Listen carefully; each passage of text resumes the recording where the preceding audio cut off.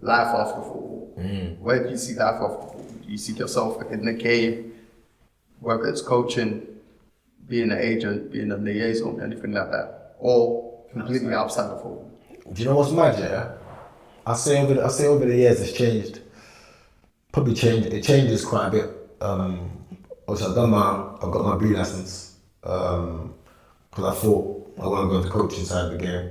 I still might, in fact, potentially going to do my A license soon.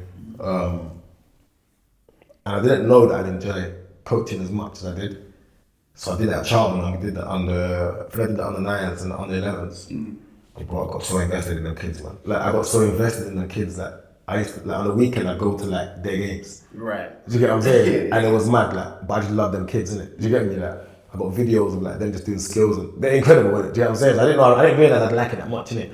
Whether or not, I don't know what age group I'll do if I went to coaching. I could definitely see myself as a coach, but then I'm also doing, like, a course, funny enough, like a counselling course as well. Okay. Maybe because I think I can kind of marry that with, like, the mental side of things and understanding people and communicating with people, innit? You know what I mean? Because I feel like I'll be good at like a player liaison kind of thing, whether it's with an agency, whether it's with a club, whether it's with the PFA. The PFA really good in terms of, like, I'm the PFA rep for the club at the moment. So I'm actually in the building in terms of, like, speaking to them and, okay, cool, what roles are available? And these are just little things that I'm looking at, thinking, like, cool, when I do retire eventually, what can I kind of go into it? So once I do this course and I get the degree, my level 2 or whatever, then I'll see how it goes from there. I think I'll probably go into the player mentor, life coach kind of side of things. You know, I think it's important, man. You know, I mean, especially dealing with, like, young pros. Definitely. You know what I mean? Like, I don't feel like there's a lot of people out there to, like, okay, cool, what are you gonna do if you don't play football? There's a lot of talk about it, but I don't think there's anyone that really goes in and tells you that the nitty gritty of, bro, this is what can happen there. Do you know where I'm from? Or if you do play for a few years, you could not anymore, innit? But like, do you know where I'm from? How are we gonna navigate that? Do you get me? So I don't know if it's like recruiting or something, but like it's important to, I don't know, communicate these things to people. Do you get what I'm saying? That's good you said it, because they have the money people come in, but they don't have the people that come in to talk about your mental. Yeah. So it's like they always have someone to manage your money, but not manage your mental health. Yeah. So it's good you say that, but would you want to do that just in football, or is it going to be outside of football as well? Is it just going to be dedicated to, like, young pros and scholars, or would you want to do it just, I say normal, but people that aren't sportsmen? So in terms of counselling,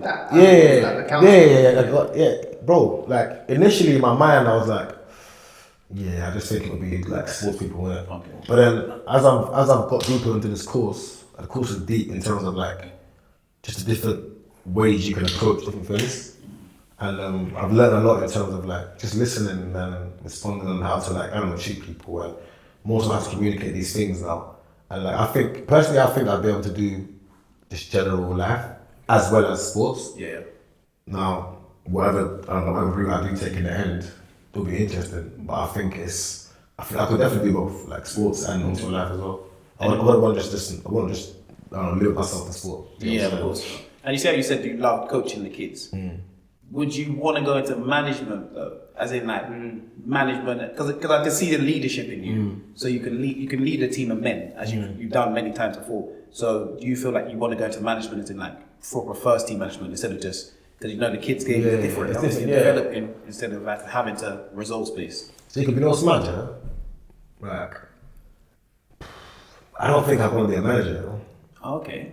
I don't That's think interesting. It's the weird thing, because I feel like I'm good at managing people. Right. But I don't necessarily think I'll be a good manager. So you only have to be good at managing people. Yeah, true. But I don't really know, like I think I'll be a good coach. Okay. Do you get what I'm saying? Now, whether that's because I don't want the limelight to be on me, like, even though I'm quite boisterous and quite loud and I like to make everyone feel comfortable, I don't really like attention to be on myself, innit? Do you know what I'm saying? I'm gonna manage here, I'm gonna head of the ship, innit? Do you know what I'm saying? So, like, is that because you think that if you become a manager, you end up like living, breathing management 24/7. So that work will come on with you. Whereas a coach, you can kind of leave the work at the door because you've done what you need to do for that day. Yeah. And you know what it is as well? I think you're right. I think you're right in terms of that. Like you can kind of managers. From what I hear, it's consuming, like life consuming. Do you know what I mean? Like as a coach, you can kind of just say, alright, bro. At the end of the day, coaching, you're the coaching. The manager's the one that's gonna take the flack in it. Do you know what I mean? The one that's gonna also take the praise as well. Yeah. Do you know what I'm saying? But then, like with a coach, you can kind of play both sides as well. Right? Do you know what I'm saying? With a manager, you gotta make hard decisions, innit? You gotta, everyone's like, you're the prick, like, you know what I'm saying? Like, the coach, you can kind of be like, man, I'm telling him to play you, you know. They go to the manager, they don't play him, or he's miles off it. Don't play. You know what I'm saying? Do you know what I'm saying? Like, it's true, bro. Do you get what I'm saying? So like, the assistant manager got the great job. Like, he's telling the manager, no, don't play him. But he's going to coach. I'm telling him to play you. I'm telling him. Shush, you got to move that in. But nah, on a serious level, though, I just feel like coaching is a lot more enjoyable. Manager, you can't really be their friend, innit? And I feel like I want to be my players' friends almost. You get me? Right.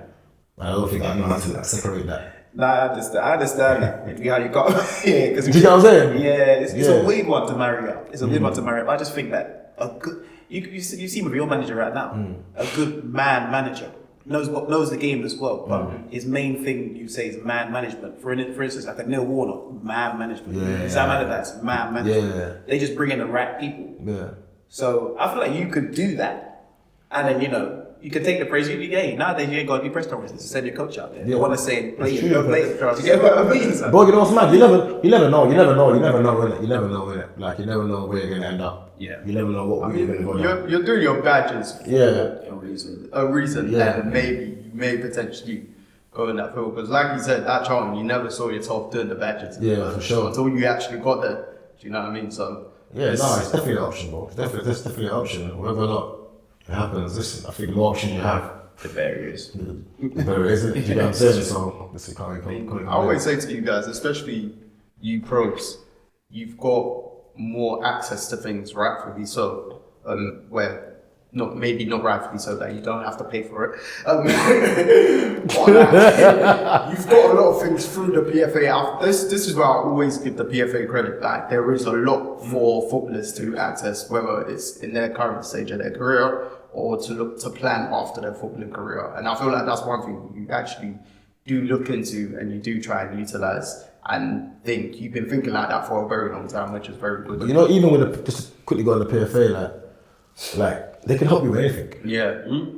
Like, and the good thing about it is once you're a member for life, innit? Do you get what I'm saying? So even like 30 years down the line, if you're doing whatever you're doing, you're still memorable. Yeah. So like you can still reach out to them for support for something, innit? But I don't think a lot of players tap into that side of things. You know what it is? Players are lazy, innit? Do you get what I'm saying? You don't realise that, bro, like there's so much out there, especially with the PFA anyway, to help you. It's not just want to use them as his agent. Yeah.